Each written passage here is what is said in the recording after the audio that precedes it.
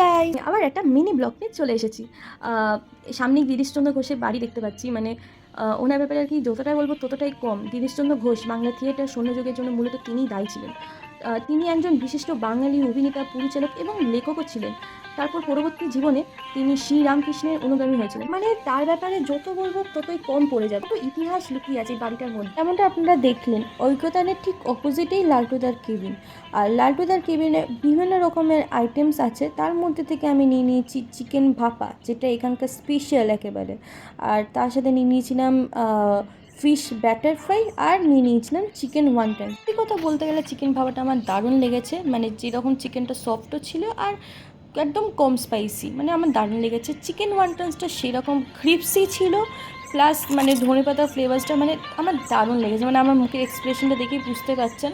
আর fish batter ফ্রাইটা অতুলনীয় লেগেছে। আজকের মতন টাটা, সবাই ভালো থাকবেন।